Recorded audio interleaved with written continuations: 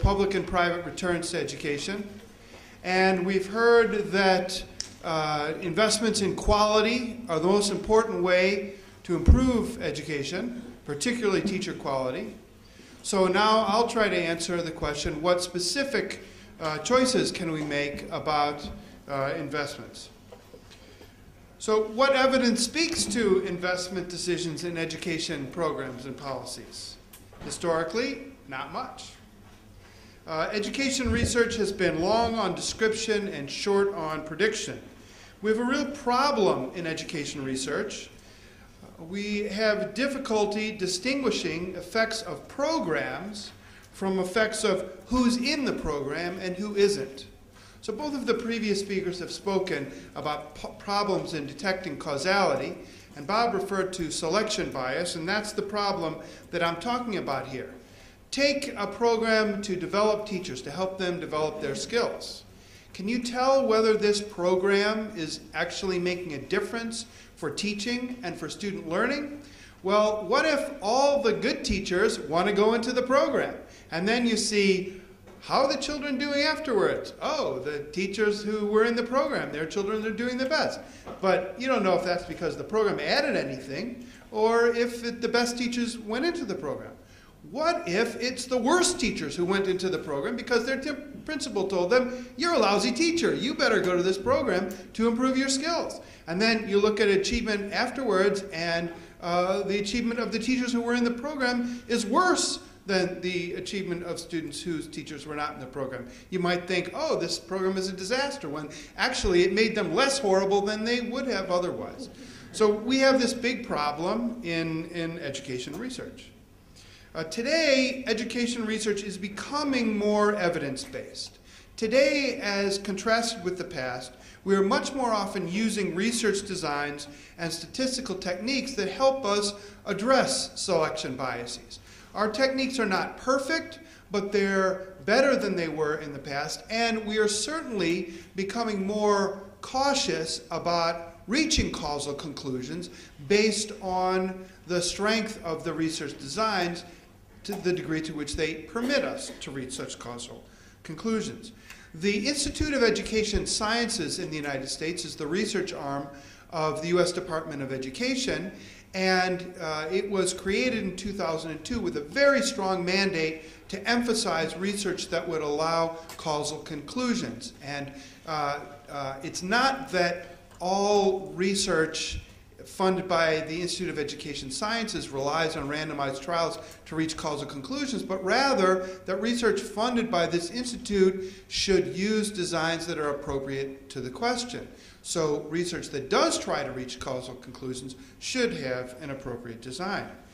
In addition, we've had an increasing body of compilations and syntheses of evidence led by the What Works Clearinghouse, another initiative of the U.S. Department of Education to pull together rigorous knowledge about education programs and policies to reach some statements that can be made in confidence, and also to tell us how much confidence we should have in these statements about what programs and policies are effective to increase student learning and other valued outcomes in education. So we have today the building blocks of a reliable knowledge base.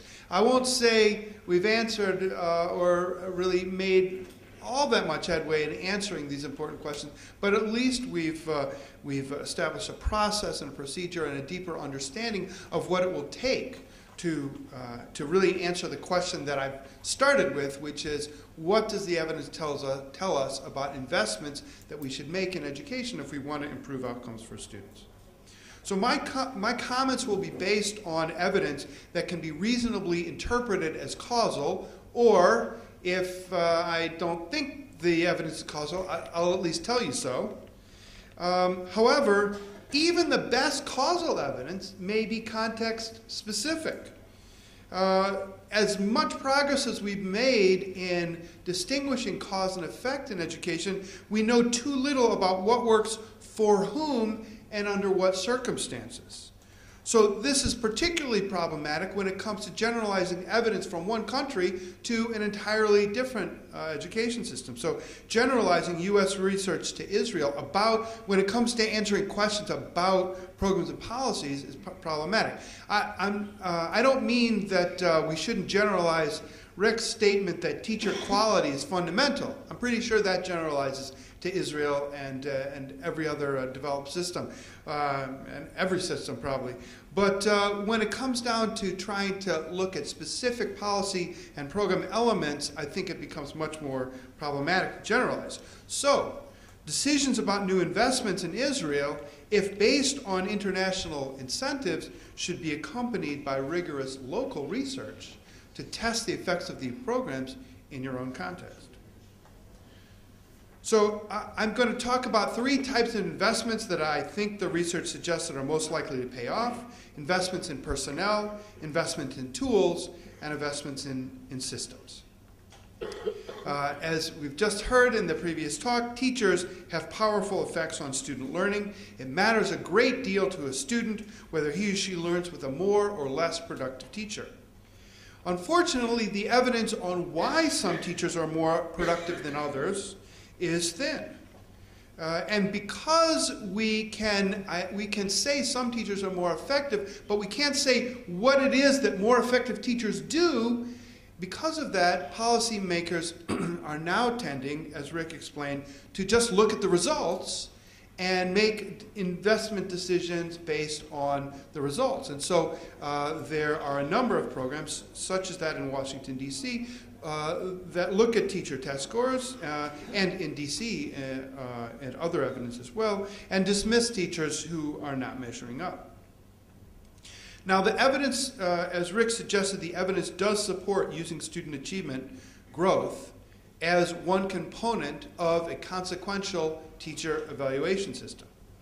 But student achievement growth cannot serve as the sole measure for many reasons, of which I think the 2 most important are that measures of achievement growth of students are imprecise, and while it's true that they can distinguish teachers at the bottom and top of the distribution more reliably than teachers in the middle of the distribution, even those tails are difficult to measure precisely. Imagine if you wanted to use 1 year of evidence from one elementary school teacher. So you would have 20 data points in the US, maybe you've had 35 data points in Israel where your class sizes are larger. It's still not a lot of data to base a consequential decision. So you need to at least collect data over a number of years, and then you have more chance to use reliable data in a middle school classroom where, let's say, you're looking at a mathematics teacher who might have 5 classes full of 25 kids. Now you have 125 data points. Now it starts to get more reliable, but still there are problems with precision if we rely solely on test scores. And second, incomplete. As Rick explained, it's only a relatively small subset of teachers whose students are tested in the subject they're teaching with enough frequency to gauge the specific contributions of those teachers. By the way, in the United States, we have an advantage in trying to do this, is that we are now testing students every year from grades 3 to 8 in mathematics and reading.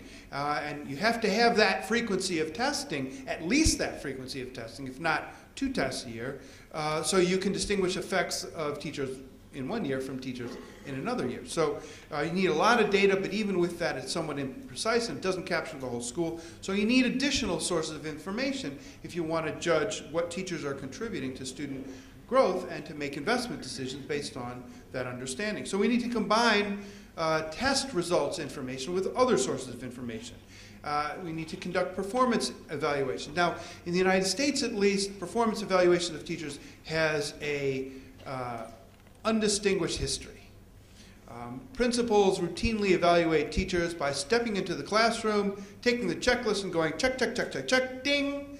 About 90% of teachers, over 90% of teachers, get the top rating on the evaluation systems. They are not meaningful, I think, because they're not consequential.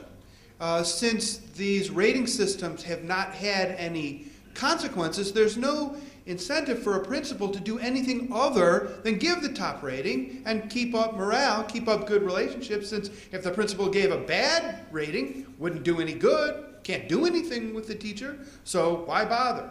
So that's been the history in the past. But currently, school districts are increasingly develop more rigorous systems of teacher evaluation.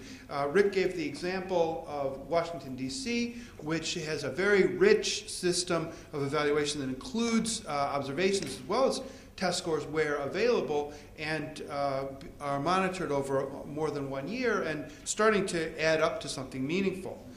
So student outcomes and other evidence. So what might go into performance evaluation for a teacher that is both rigorous and is meant to be taken seriously? So elements that might be included in there are a variety of systems that are being assessed right now by various school districts and in major research projects. So you might ask a teacher to prepare a portfolio of practice. What materials is the teacher using? What kinds of assignments are given? What kinds of questions are asked? And what work do students produce? Second, observations of practice. So sit in the classroom and observe, and have some specific criteria about the teacher's practice. And third, then, would be the outcomes of practice. And this would be student learning, both as represented on standardized tests and as represented in the work products that students produce in the classroom. Now, so given these three elements, portfolio, observations, and outcomes, what would be the focus of the performance evaluation? So whether the teacher, whether instruction is aligned with the standards that the teacher is supposed to teach to, whether the teacher uses formative assessment, so he or she monitors student learning and then adjusts instruction in response to student learning, whether students are engaged in the lesson, whether the teacher is knowledgeable about the subject matter and has the knowledge about how to convey that subject matter to students, and the nature of the teacher's relationship with students. All of these are elements of performance assessments that are currently being developed, used, and research undertaken in the United States at the present time. So beyond the strategy of let's evaluate teachers in their first few years, let's fire the ones who don't measure up, and then we'll elevate the whole system, beyond that approach, which has some potential but also many problems due to imprecision and incompleteness, what else is possible?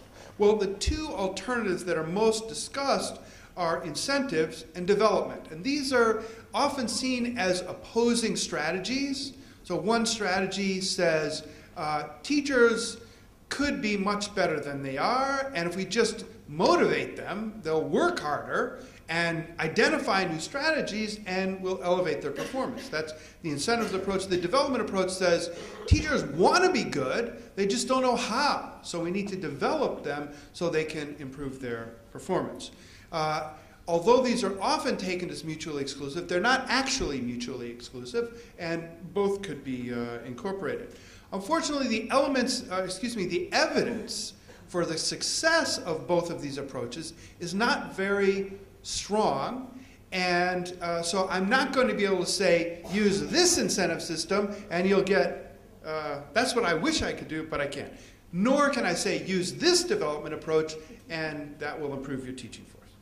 So with regard to compensation incentives, that is, pay teachers more if they produce higher test scores. Rick mentioned that this was controversial and he didn't go into the details.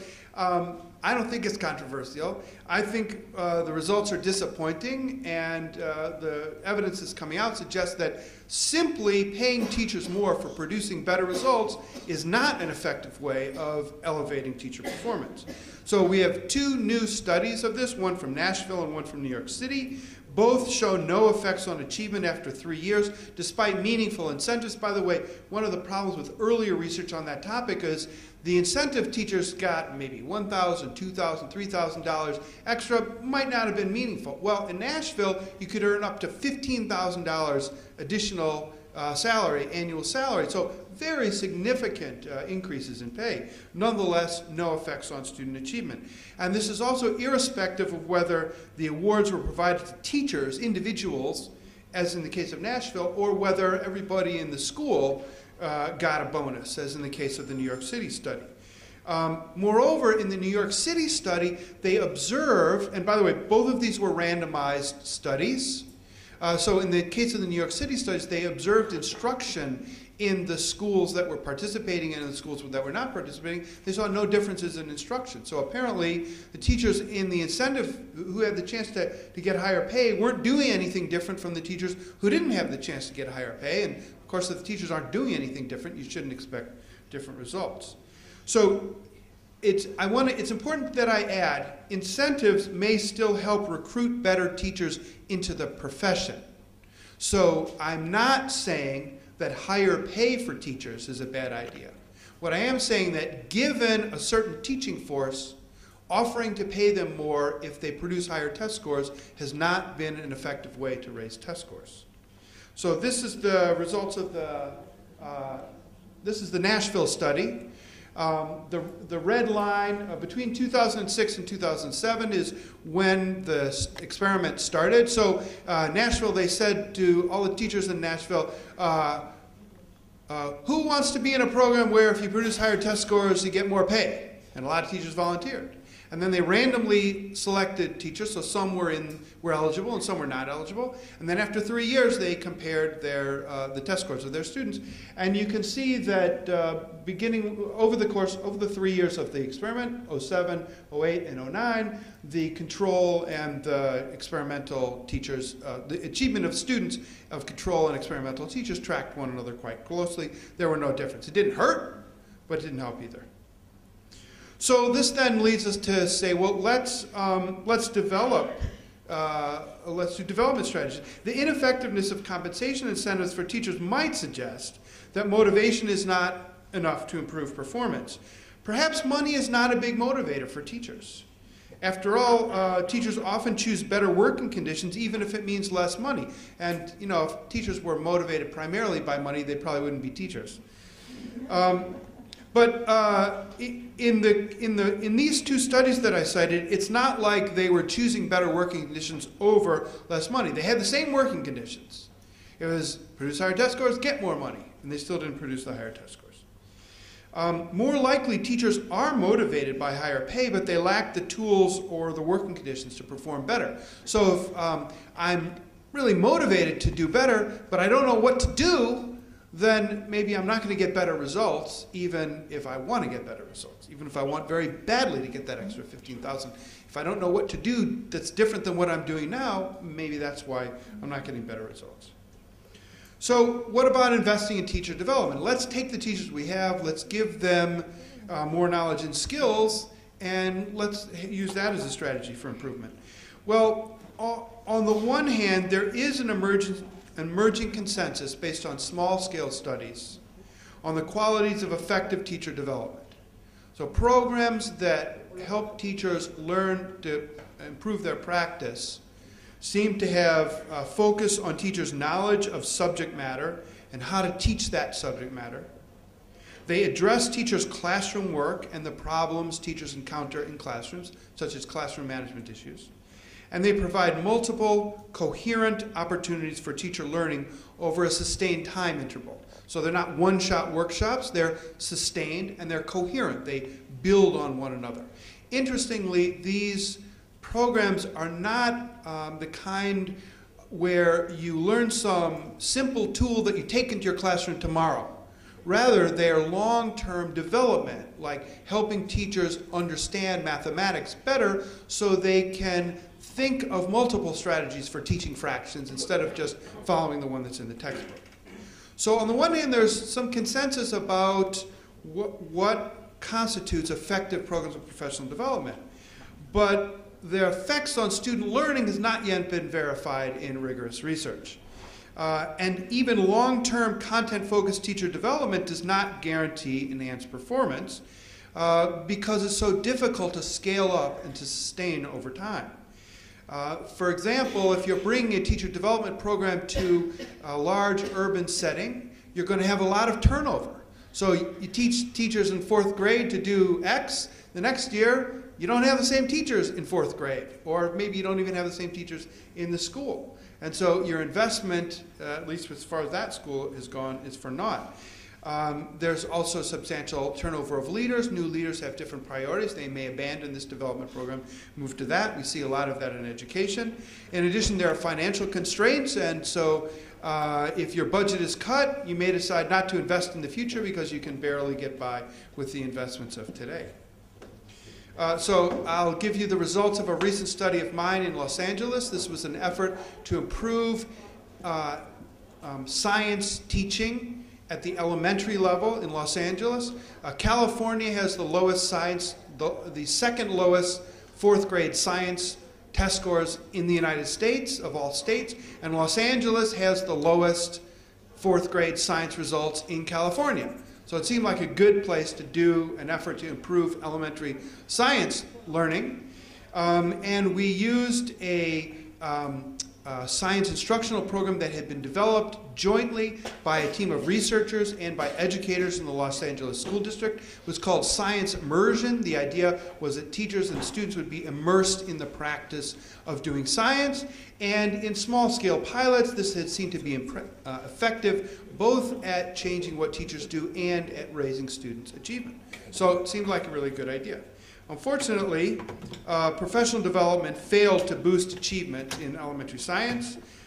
These are the results. The yellow line is the first year, the green is the second year. So you can see in fourth grade, so the two units we used, one was fourth grade life science, and the second was fifth grade earth science. So you can see in the first year we have what's called an implementation dip, meaning they did worse in the experimental group than in the control group. This was a randomized experiment, by the way, with 80 schools, 40 in the experimental group and 40 in the control group. So the first year they did worse. The first year they did a lot worse. The second year they did a little worse. In fifth grade they did a little better, and you can see at the far right in the second year, fifth grade, slight improvement, but that was the end of the study. So that was the end of it. So this is an example, unfortunately, of the difficulty of scaling up and sustaining a teacher development program, even one that had the qualities that are supposed to be effective, and translating that into improved student performance. Now, similar issues and concerns arise in thinking about investments in leaders. I'm not going to take as much time to talk about leaders as I did about teachers, but the issues are really similar. Principals in the United States, school principals are increasingly being judged on student test performance. This is especially problematic because test results are not entirely under the control of the principal, especially in schools where they do not have the kind of local autonomy that Rick described, where they can't select their staffs, for example. Very difficult. There are, however, new approaches to evaluating principals, just as in the case of teachers, new approaches to evaluating principals that include test scores as one component alongside others. So one example is the Vanderbilt Assessment of Leadership in Education, which focuses on principals' learning-related leadership behavior. So what leadership behaviors did principals engage in that are specifically related to student learning?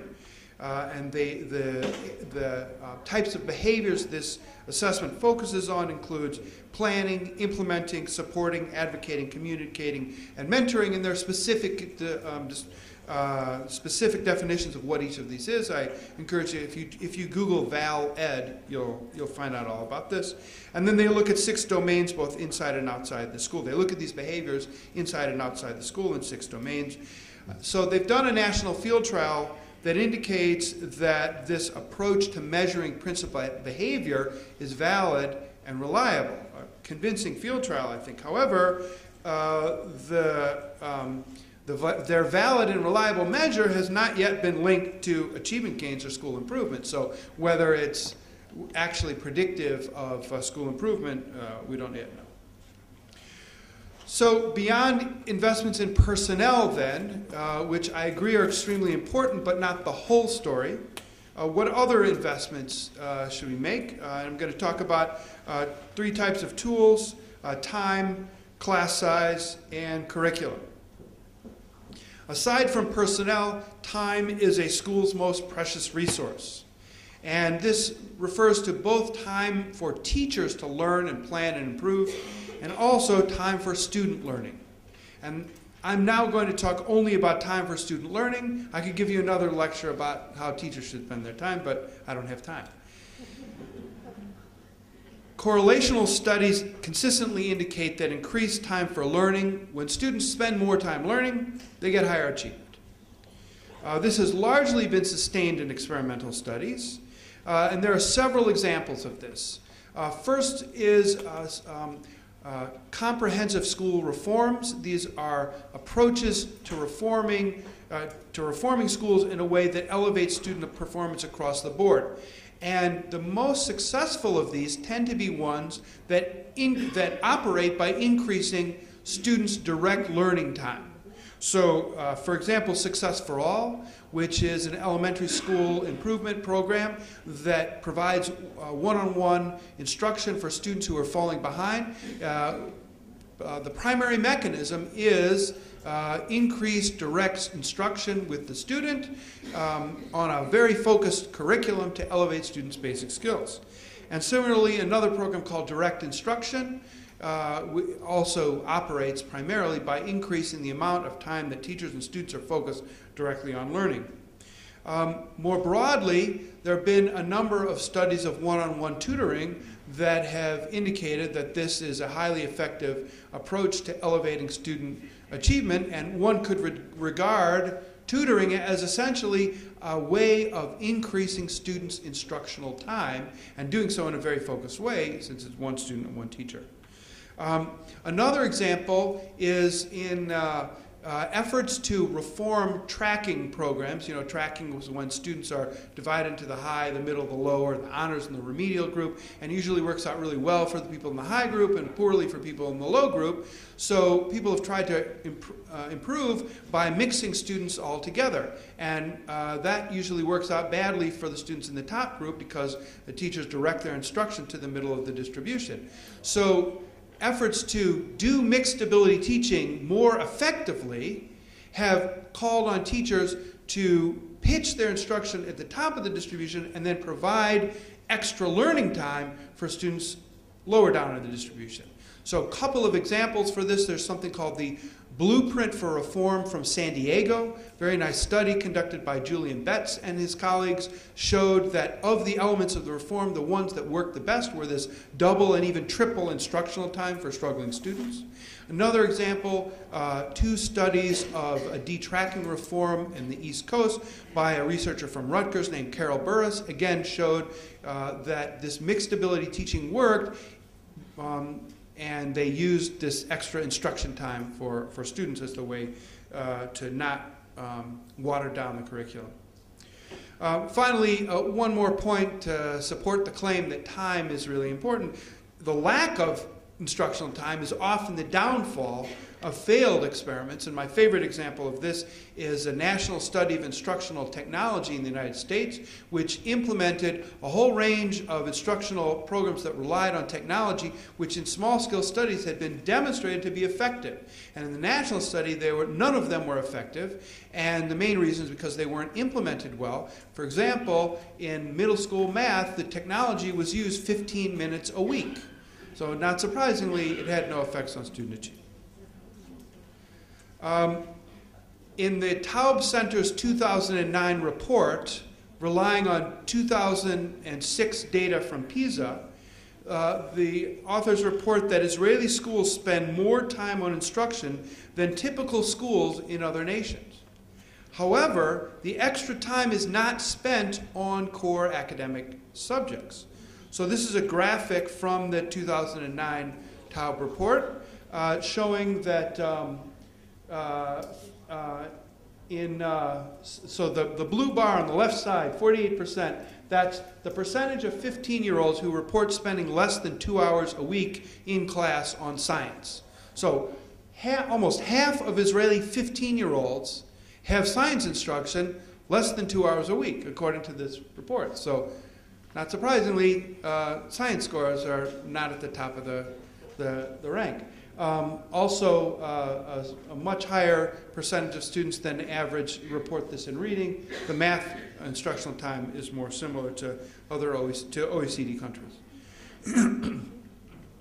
U.S. research indicates that U.S. research indicates that smaller classes in the early elementary grades promote higher achievement. Of course, the primary source of evidence for this is the famous Tennessee class size experiment, which showed that in kindergarten and first grade, achievement scores were higher in the experimental small classes. That advantage was sustained, but did not increase over time, even if the classes stayed small. The main mechanism seems to be better classroom management. I've got a much longer story about mechanisms, which I won't take the time to tell, but I'd be happy to talk about it if someone wants to talk about it separately. The important thing about class size reform is to understand is that it requires enabling conditions. You can't just say, from now on, classes are smaller.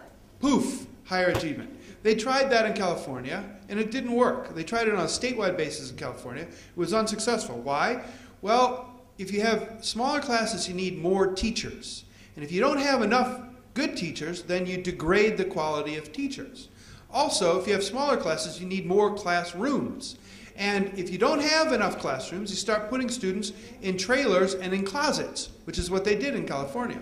So as a result, the class size reform was unsuccessful there. In addition, reducing class size is very expensive, and if you can't pay for it, it also falls apart, and that's what's happened in Florida, which also had a statewide class size mandate. In the US, evidence on class size reduction reflects comparisons of 23 students in the class versus 17 students in the class. Research on class size in Israel is very important because class sizes are much larger.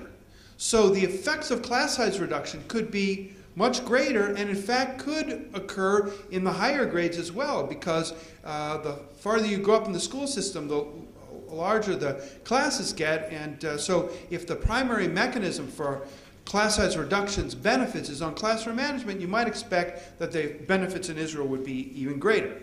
But we don't know. We need rigorous research. Okay, now moving on to curriculum. International comparisons demonstrate that achievement is higher in countries with curricula that are more focused, meaning they don't try to cover everything, but rather they have fewer content topics per grade level. And by the way, when I say curriculum, I don't mean math, science, English, social studies, Bible, etc. I don't mean the number of different subject areas. I mean a curriculum within a curricular area. So the math curriculum, the reading curriculum. So in the United States, the math curriculum is very scattered. Each year, we take the same 50 topics and we cover them. A more constrained or focused curriculum turns out to be more effective, at least based on international comparisons. Second, curricula that are more coherent, meaning they're connected across grade levels. Topics build on one another. And third, rigorous curricula that have a higher level of complexity, that demand more of students, tend to be more productive. That's the claim from international comparisons, and these findings hold in math, science, and reading. A recent example is from the PISA 2009 reading assessment. Many countries improved their performance compared to 2000, including Israel, by the way. Performance tended to improve most for the lowest achieving students. And according to the OECD, a common curriculum for all students is one element that contributes to a high performance. So this is a chart showing all the countries that improved their PISA importance, their PISA score in reading from 2000 to 2009. That's Israel in the middle. The green bar represents reducing the share of low performers. The orange bar represents increasing the share of high performers. Israel and Korea are the only two countries that increase their share of high performance by a notable amount, but Israel, like most other countries, realized its improvement by reducing its share of low performance. So the OECD claims that a more focused curriculum and a common curriculum is one of the elements that goes into these improvements. Now, it's not clear that international differences reflect causal factors, and this is getting back to the same concerns that Rick raised at the end of his talk. So a way to try to get a bead on whether these curricular conditions have causal contributions to achievement is to look within countries, either over time, as Rick did in his comparison of growth, economic growth and test scores, or across administrative regions such as states within countries. So we've got a few examples of this. One is the example, a case study of the state of Minnesota carried out by Bill Schmidt, who's an educational researcher at Michigan State University. He showed that there were increases in curricular focus and coherence in the mathematics curriculum of the state of Minnesota between 1995 and 2007 that coincided with a dramatic rise in the test performance of Minnesota students on the TIMSS, Trends in International Math and Science Assessment, at these two time periods. Other states that did not exhibit changes in their curricular standards did not exhibit comparable changes in student performance. Another example is from a program to upgrade the high school mathematics curriculum. This was a research study that I was involved in evaluating about 10 years ago in New York and California. So the idea was students in high school go into these low-level math classes where they have a watered-down curriculum. It's just basically repeating arithmetic in 9th grade after they failed arithmetic already in 1st, 2nd, 3rd, 4th, 5th, and 6th grade and 7th and 8th grade. So give them another arithmetic curriculum, they fail again. So let's put in a more rigorous curriculum and see if that elevates their performance. Elimination of low-level dead-end courses and reduced by these transition courses that are supposed to be, replaced by these transition courses that are supposed to bridge the gap. The results showed enhanced performance in the bridge courses attributable to greater curricular coverage. And so these are the results. The line at the top is the Regents, New York Regents math classes. At the bottom is the dotted line at the bottom is the lowest level general math, the courses that they got rid of. The lines in the middle are the transition courses, so they were better than the low-level courses, not as good as the Regents courses. And most of the difference between the low-level courses and the transition courses was the more rigorous curriculum. So this shows achievement growth controlling for curricular content. Only the Regents course has higher achievement over and above the curricular content, perhaps because of the greater incentives for high performance that the Regents examination provides. Like Israel, New York State has an end-of-school examination, unlike all the other states in the United States, or at least until very recently. One more example, reform of the Scottish secondary curriculum in the 1980s, where access to the academic secondary curriculum was made available to students at all levels of prior performance. And this tended to boost academic performance, particularly among the students from disadvantaged backgrounds. So on the left, you see 1984, which was before the reform. On the right, you see 1990, which is after the reform. Everybody's achievement went up. The achievement of the disadvantaged students went up the most. And in the same study, I also did within time comparisons of schools that were implementing versus schools that didn't. So there's a kind of a, not just the pre and post, but the within time period comparisons as well that show the same thing. Finally, investments in systems. So systemic improvements may be necessary to allow teachers to become more productive. So maybe teachers want to be more productive. Maybe they're motivated by increased incentives, but they don't have the tools, they don't have the time, they don't have the curriculum, they don't have the materials, and maybe they're working in systems that constrains their performance. It doesn't allow them to improve. So I'm going to look at organizational conditions that support teaching and school climate that supports learning. So a recent study from the city of Chicago examined organizational supports for learning and yielded a list of organizational conditions that provide a context in which teachers can improve. And they reached these conclusions by comparing value-added achievement growth over time to school conditions and their changes over time. They found from this research, they identified 5 essential supports for learning, beginning with leadership that is strategic and focused on instruction. Second, positive parent-community ties. Third, a high-capacity teaching faculty, and this means all the stuff I was talking about with personnel earlier, the teachers are knowledgeable in their subject matter and who are committed to improvement. A safe and orderly learning environment, and clear goals and a coherent curriculum. With respect to student climate, I was struck by the last chapter of the 2009 Taub report. When Israeli parents are asked about the biggest problem facing schools here, they do not focus on low achievement, nor do they focus on the quality of teachers. Instead, particularly among teachers from parents with low levels of education, particularly among schools whose parents have low levels of education, school violence is seen as the greatest problem. And this is the chart. On the left is the total population. So 41% of parents responded to this survey that the number one problem is school violence. Among parents with very low levels of education, it was over 60%. And even among parents with higher education, as many parents thought school violence was the top problem as thought that the quality of teachers was the problem. So this is regarded as a major issue here in Israel. We have some research in the United States that may be useful. I know you have programs in Israel that are intended to reduce violence, and I think carrying out rigorous research on the effectiveness programs would be very helpful. In the United States, we have some effective programs to reduce school violence. If you look at the What Works Clearinghouse, and by the way, if you Google What Works Clearinghouse, that's what comes up.